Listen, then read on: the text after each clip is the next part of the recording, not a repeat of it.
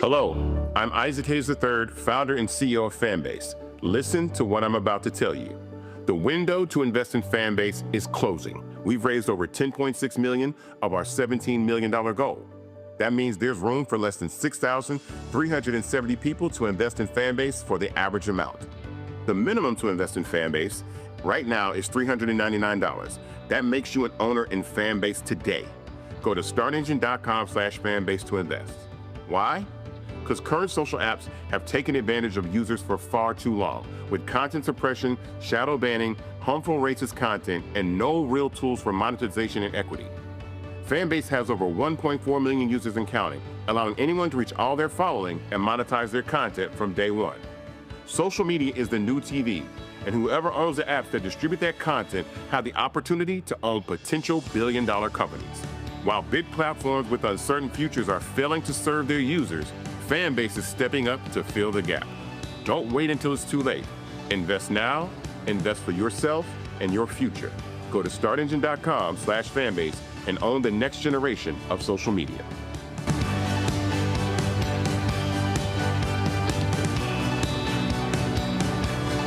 Folks, Black Star Network is here. Hold no punches! I'm real revolutionary right now. Black power. Support this man, Black Media. He makes sure that our stories are told. Thank you for being the voice of Black America, Roland. Stay black. I love y'all. All momentum we have now, we have to keep this going. The video looks phenomenal. See, this difference between Black Star Network and Black-owned media and something like CNN. You can't be Black-owned media and be scared. It's time to be smart. Bring your eyeballs home. You dig?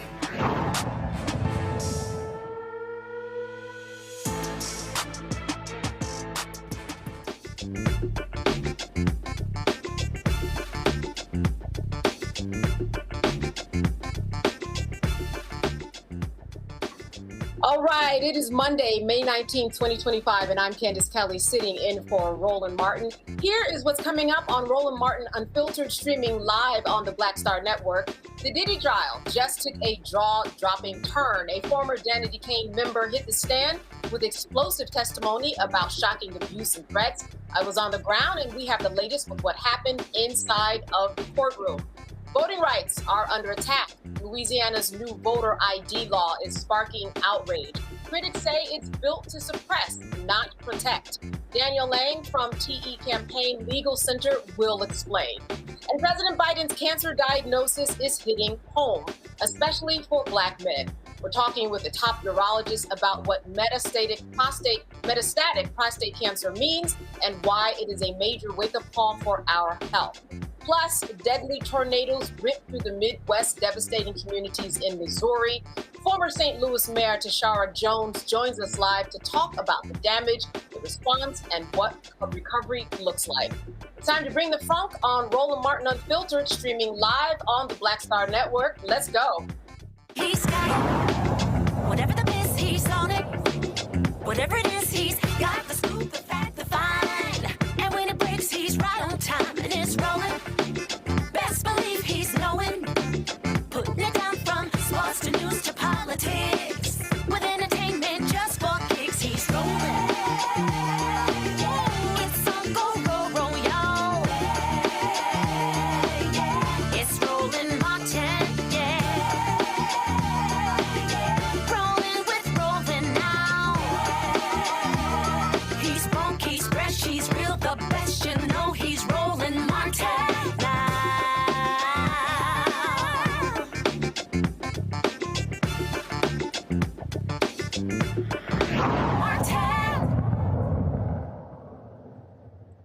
All right, folks, a powerful storm in St. Louis has caused $1 billion in damages. The storm hit more than 4,400 buildings. At the height of the storm, over 100,000 residents lost power, 5 people have been confirmed dead, and dozens more were hospitalized with injuries.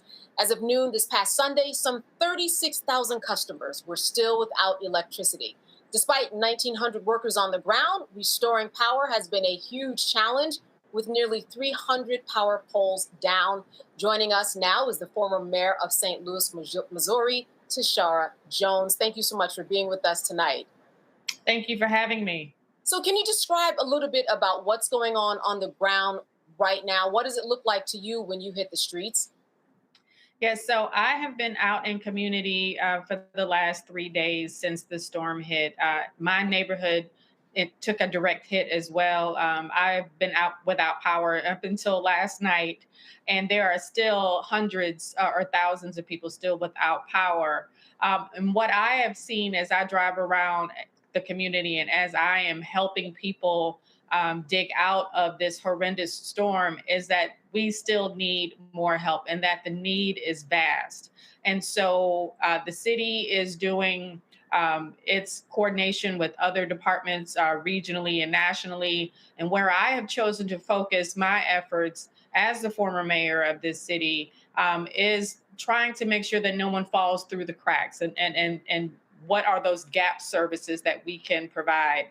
So I have been working with Action St. Louis on the ground as we do resource distribution, as we raise money to help people get through this, because we know that most of the storm hit majority Black and brown communities, actually majority Black communities. And a lot of those communities are not going to have the resources they need to recover after this tornado.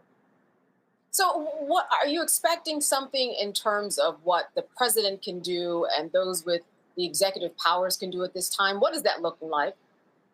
Well, we had a tornado back in March, and President Trump still has not issued an emergency declaration from that. So, we don't expect him to act with urgency to issue an emergency declaration for this storm. So we have to mobilize and organize and make sure that we have our communities back. And that's exactly why why I'm coming on here tonight, to let people know how they can help the Black community in St. Louis recover from this deadly tornado.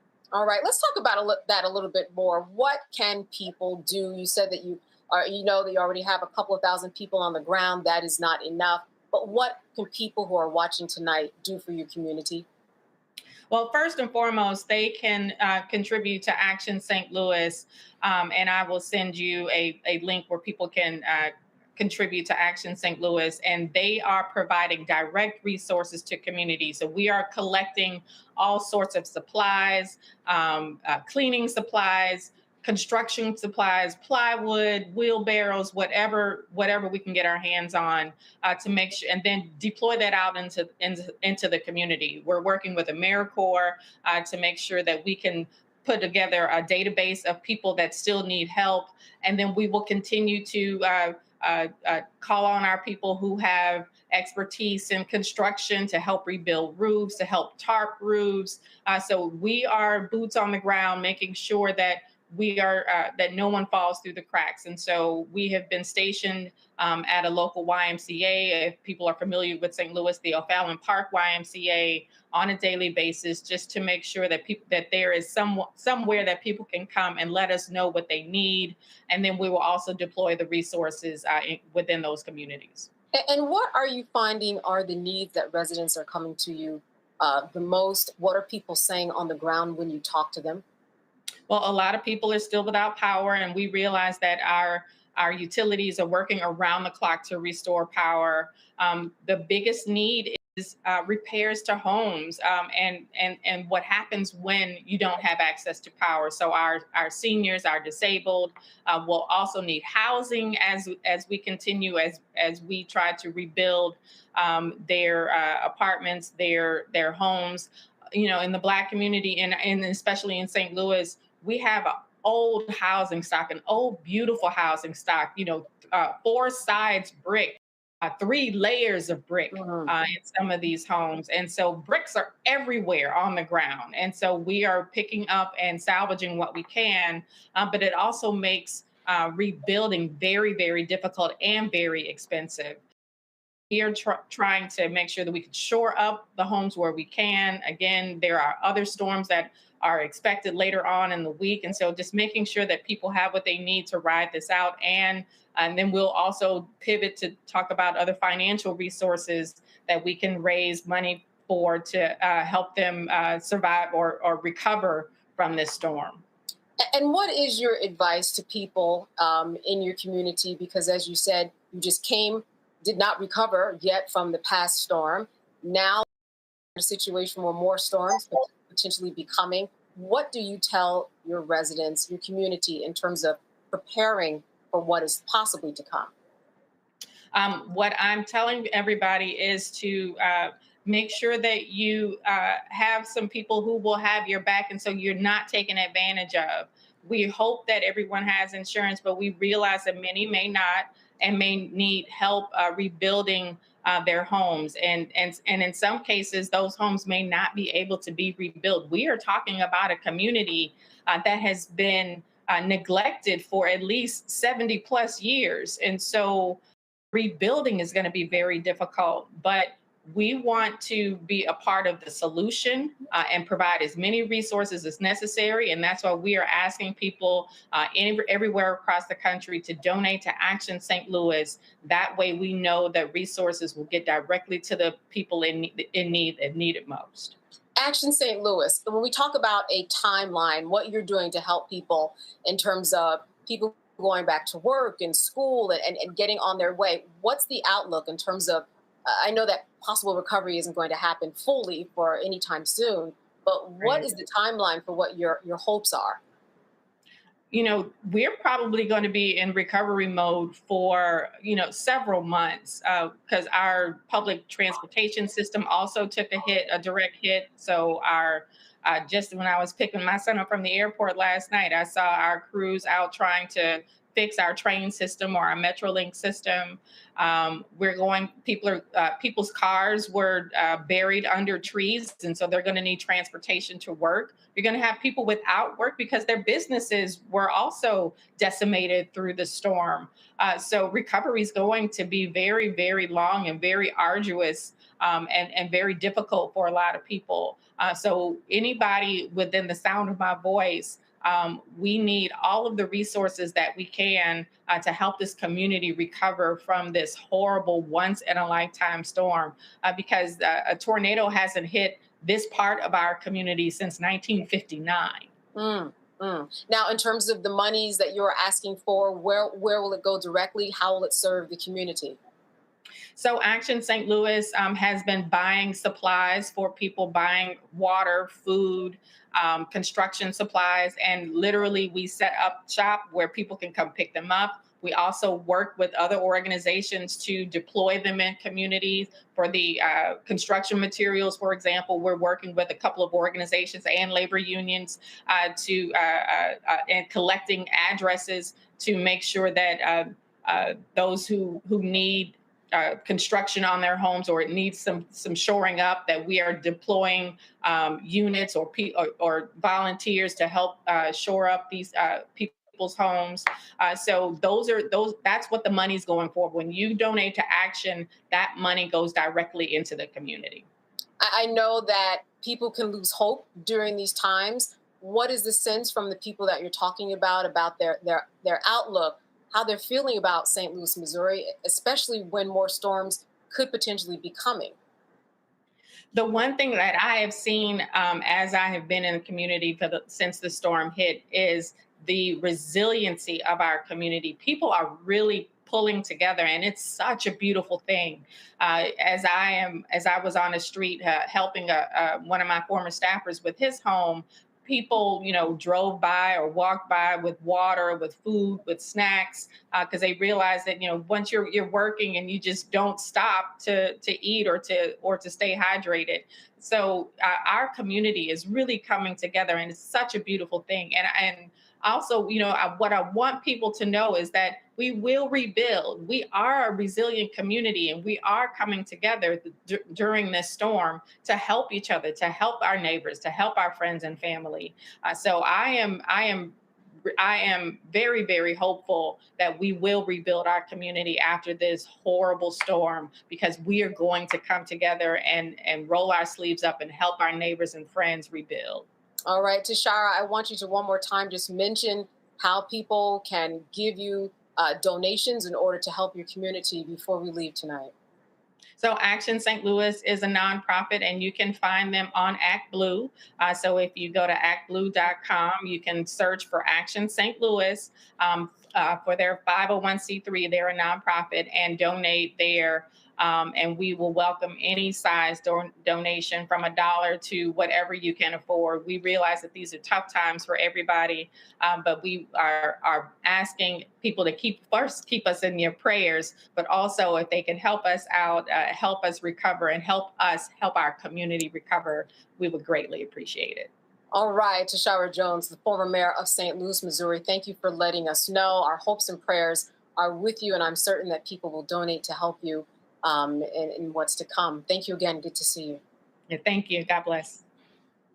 All right, folks, we're going to be back after break, so stay with us. We've got the latest on all of the headlines that you want to hear about, including that Sean Combs trial. Stay with us. This week on A Balanced Life, we are getting real about mother wounds. While May is the month that we shower mom with love, for some people, this time of year is a stark reminder of fractured relationships and feelings of abandonment. In this episode, we will be uncovering the trauma of mother wounds and sharing tips on how we can begin to heal them. What we don't talk enough about in our community is giving ourselves permission to even heal. That's all next on A Balanced Life here on Black Star Network. Hey, what's up? Geek Tony in the place to be. Got Kicked Out Your Mama's University, creator and executive producer of Fat Tuesdays, an air hip-hop comedy. But right now, I'm rolling with Roland Martin, unfiltered, uncut, unplugged, and undamn believable. You hear me?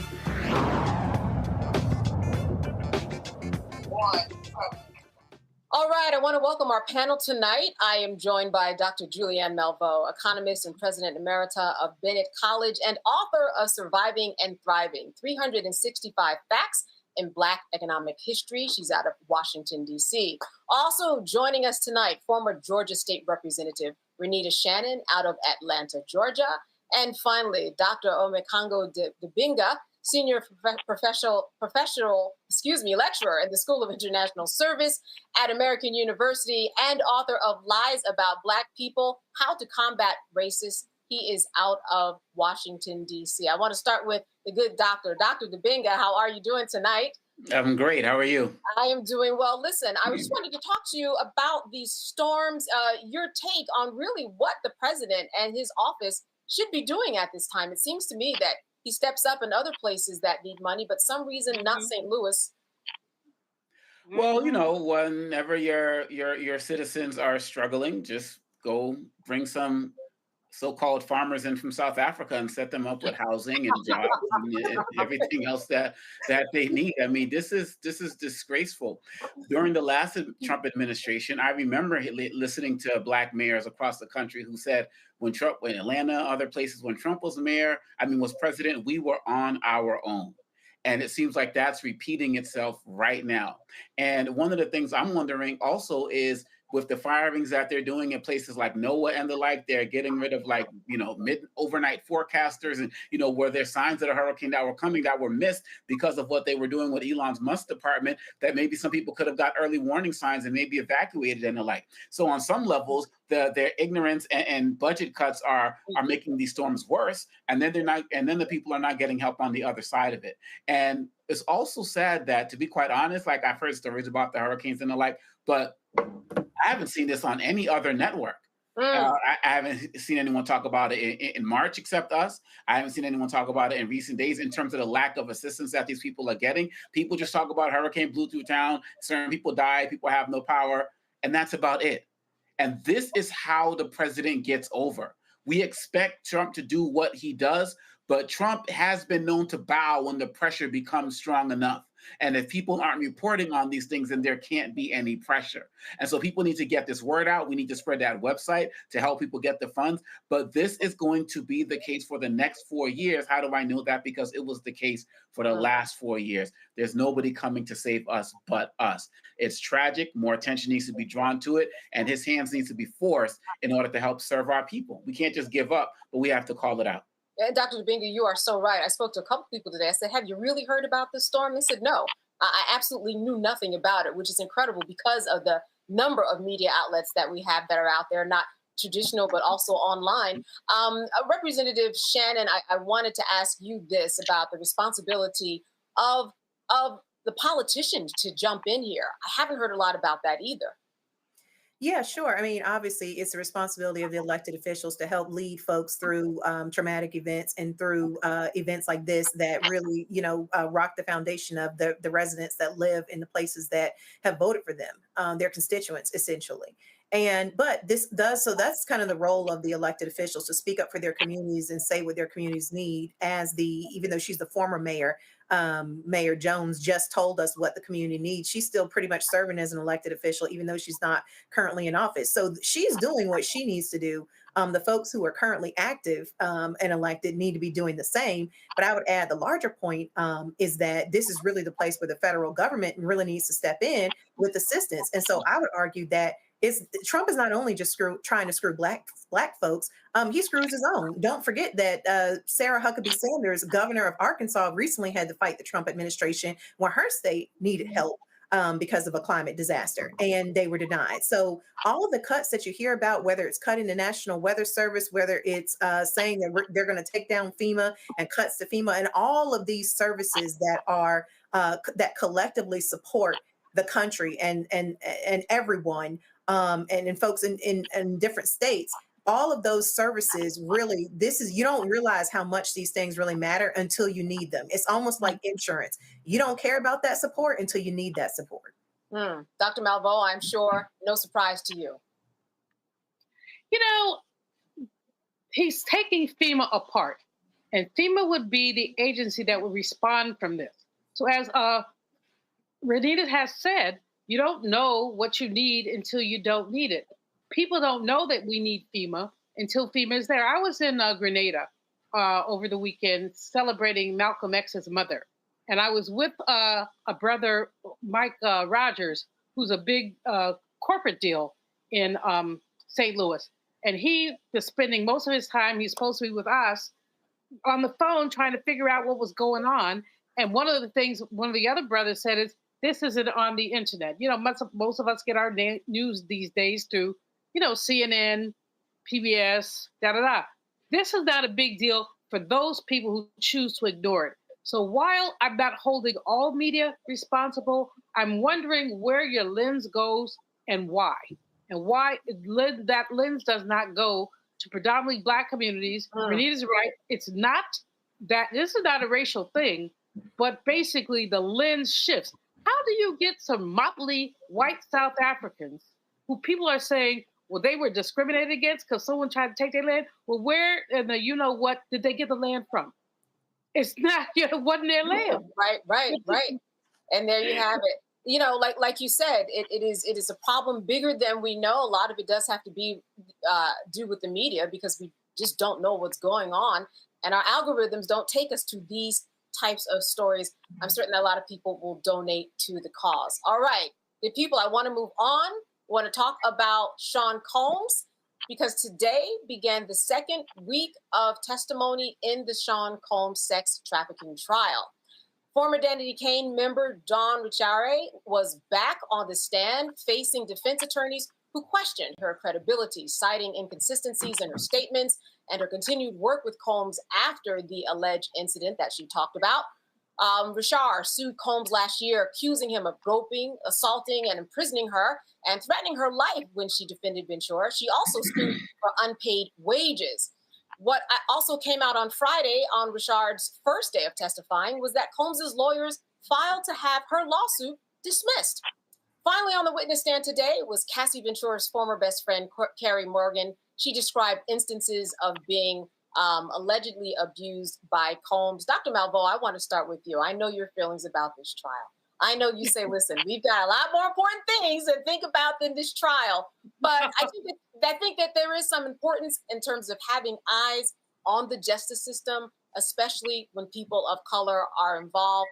Yeah, I know that people have been in your ear, even if you haven't been following it yourself. What is your take so far on what you think is happening? Well, I think that Oma Congo called me on my stuff the last time we were here together because I said I don't care about it. And frankly, I still don't. What I care about is the misogynoir. I care about the fact that Black women are too often sidelined and Black men are too often excused. I would like to have 30 minutes, maybe even 10, with that man in a small room with an ugly stick. So I could just, knock him into next week. Ask him, I know your mama didn't raise you like this, boy. I know that you did, and anyway, neither here nor there. I can't deal with the particulars of this because it's layered, but I can deal with the societal impact of this because it's important. How are Black women and girls, because, some of these people are girls, they're 14. How are they introduced to the music business? Who gives them a pass? Who closes their eyes when they see a predator hitting on a little girl and having sex with her in a room with all that bottle of baby oil and stuff? Don't get me started. Well, I think you already started. I do want to say, listen, in this particular case, so far, we are talking about adults. The question becomes, Dr. Dibinga, consenting adults. And that really is the question on the table here, whether Cassie Ventura, whether the other victims actually consented to this, or was this just as the defense attorneys and all the are painting that, listen, these were two drug addicts in a bad relationship and people have all been there. What are your thoughts about this? Well, look, as somebody who's been in the game in terms of, rapping and putting out albums and touring and things like that, I'm familiar with how cutthroat the industry is and how people have had to do incredible things to advance themselves. And I think that that's a big part of this. I think that this idea that these were just people who were just, cold drug addicts or whatever they said, who just love parties, I think it's nonsense. R. Kelly is an R&B figure, right? So Diddy is really the first person in hip hop to really suffer the consequences of the Me Too movement. Me Too movement skipped over rappers. And it really bothered me that a lot of these guys were not called to task like some of these other guys, the Weinsteins, the Bill Cosbys and all of that. this is a moment for us to really reflect. I personally, do not believe that Cassie and these guys are lying and making up stuff and just trying to get attention. I don't believe in any of that. I believe at the end of the day that Diddy has always been a violent person. I believe that this is a person who inside himself is a small person. And so has always had a need to dominate and control people. And he's not the only one in hip hop. We come out of a culture, particularly those of us who are part of that hip hop generation. If we go back and listen to the music, a lot of the stuff, a lot of it was about sex and relationships with underage people. BBD, Do Me Baby, Backstage, Underage, Adolescent, how you doing? LL Cool J, Big Ol' Butt. I was down at the high school, whatever. Like, we came out of this culture. And a lot of us were too young to understand what was going on. We danced to it. Now we're older. We're parents, aunties, uncles, or whatever. And now we need to be part of the group that's going to hold our community accountable. So I'm hoping that it all comes out. I hope that there's not any particular glitches or whatever that leads to some form of mistrial, because this story needs to be told. And it's chilling hearing all of the stories, but at the same time, I'm glad that these stories are coming out so we can know so much of this behind the scenes stuff about the growth of hip hop that people just don't know about. Dr. Domingo, I want to stay with you for one moment, especially because you have been in the industry. In court, there were many emails where Cassie Ventura looks like she did want to participate. And I know that can be explained in many different ways. People get themselves in bad relationships and often do things for their partners they don't want to do. Does it extend to this for the normal average person? Probably not. But for her, this was the threshold. And of course, there were times where she said she was abused. I'm just wondering, if you were on that jury, would that make a difference to you that there were, in fact, some texts where she said, hey, I am ready for a freak off and I love you? Or she was doing drugs on her own, or she would call male escorts after they left on her own. All of that did come out from her own mouth. And I'm wondering just how you feel about, especially, again, being part of the industry.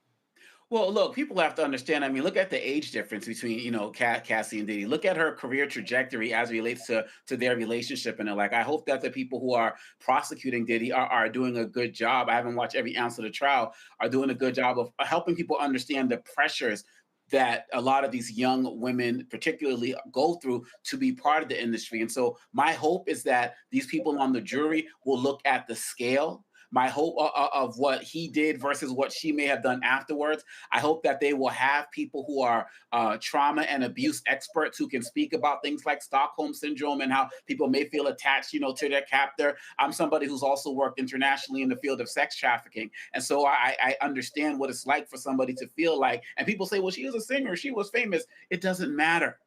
I know exactly, I've seen what it's like for people to feel like they have to be under the thumb of somebody, even when that person is not around. And so regardless of what she may have done here and there, there's a larger network of issues that she, as far as I can tell, was a victim to. And so I'm hoping that the jury can indeed see through that, but it's up to the prosecution to make sure that that is happening. Representative Shannon, before I get to you, I just wanted to share with folks that, going into the courtroom and seeing Sean Combs all gray. I mean, the pictures and the sketches that you see, they are a fair representative. I say that it's actually slightly worse in person. All gray, probably lost about 20 pounds with his glasses. At times he reads the Bible. He's thanks to everybody who was in there, and he watches everything and he takes notes. The public is overnight there at 3 p.m., 6 p.m. lining up, especially during the time of Cassie. Today, it wasn't that bad.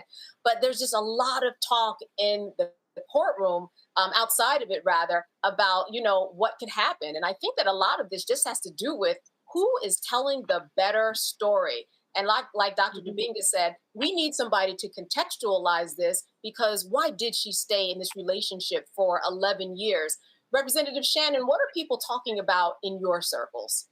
Well, I think that people are really shocked that this is really such a complex case, because it is really complicated. I think a lot of people thought that this was going to be a case very similar to the R. Kelly case, where it was almost pretty clear what was happening, that he was, keeping folks, holding folks hostage for the purpose of sex.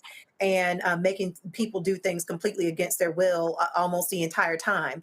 This case has become very complex because through testimony, we do know that Cassie said that in the beginning, things were consensual. She did want to do these things because she did not want him to leave her. So that, I think the prosecutors have the job of basically figuring out, okay, since everybody admits that at some point this was consensual, when did it become coercion? You got to establish that timeline. I've been keeping up with the case, and what I'm seeing is that they're doing a great job of outlining these state charges. I'm seeing almost every day plenty of things where they're proving that he's guilty of state charges, but they haven't made the full link for those federal sex trafficking charges and all of that. And I think that it's becoming complicated because of the text messages where they are, showing where she said that she wanted to do some of these things. And so it's just become a very, very complicated case. But overall, I would say there's a lot that can be learned from this. I think about, how folks sort of push back on what they would call, being woke and some of the newer values that have really entered our society. And one of them is really conversations about consent. Folks will push back about, not that, consent is woke. It's like, well, consent is a thing that you understanding consent and how consent actually works is the thing that can keep you out of jail. And I think that he's seeing that right now, which is that what you may cast aside as just woke garbage or BS has nothing to do with you, is actually the thing that separates you and being in jail. Yeah. So I want to give a little insight. Today I was in court. Dawn Rashard, she took the stand. She was a former member of the band Danity Kane and was on the reality show Making the Band. I was very interested because she was a corroborating witness to say, hey, I did see Cassie be put in these dangerous situations where she was beat, she was struck, and she did make her point to some extent in terms of her being punched at a table in front of different employees and ushers, who was even out to dinner, being punched right there at the dinner table. But when Cross came, they really put a lot of holes in her story, asking about specificity. Did she see Sean Combs hitting Cassie with a frying pan, as she was making eggs one morning? And so she went back and forth. And I'm afraid that on cross, you could look at the jury, and the jury was not having it. They did not take her as a credible witness. And it was very difficult just to sit there and think, okay, wait, what was true? What wasn't true? Because she did seem to change her story. She said she answered it to all the questions to the best of her ability, but it certainly didn't come out very well. All right. Anybody want to give a final comment on this Sean Combs trial? Is that going to be you, Dr. Malvo? It can be. One of the things I think is important here, obviously, the prosecution has proven that this man is a horrible human being who hits women, who coerces people. And the question is consent. The question is, because he had all this money, so he could manipulate people. But at what point were you complicit in your own oppression? And I think that's what the jury is going to have to grapple with. I mean, did you choose to get your behind beat because you thought you were going to get a record deal? As I said, I'm an elder.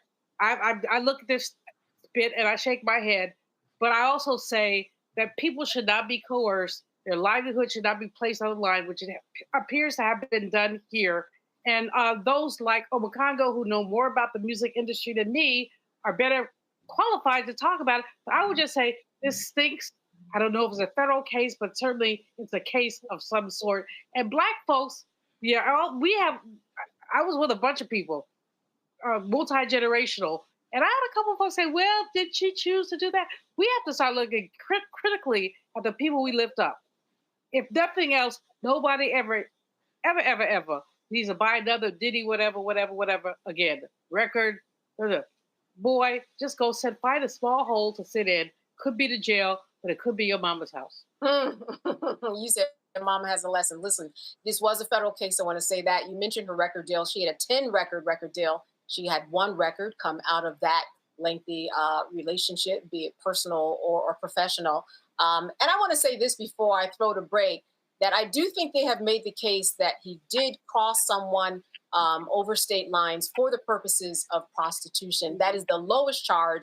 So in terms of the jail time he would get, it's up to 10 years. But I do think that they are actually going to say, and so far have proven, prosecution and defense, all right, we'll give that up. We are kind of conceding to that. He did cross state lines, for purposes of engaging sex and paying for that sex. All right, we're going to be keeping more up with more on that here on Roland Martin Unfiltered. And those of you who are watching, stay with us. We've got more of the headlining news after the break. We'll be right back.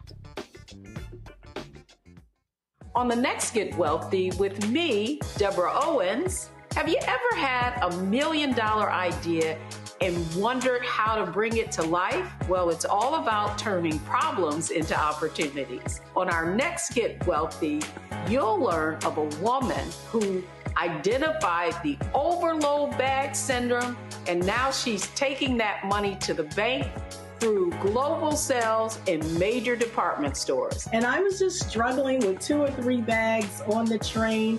And I looked around on the train and I said, you know what? There are a lot of women that are carrying two or 3 bags. That's right here on Get Wealthy, only on Black Star Network.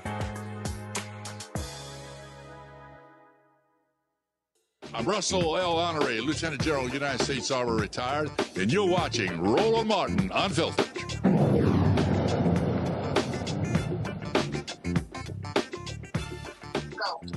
All right, Louisiana is at the center of a voting rights fight. A new lawsuit is taking aim at a controversial new state law, Senate Bill 436, that now requires proof of citizenship just to register to vote. We're talking about birth certificates, passports, other documents of proof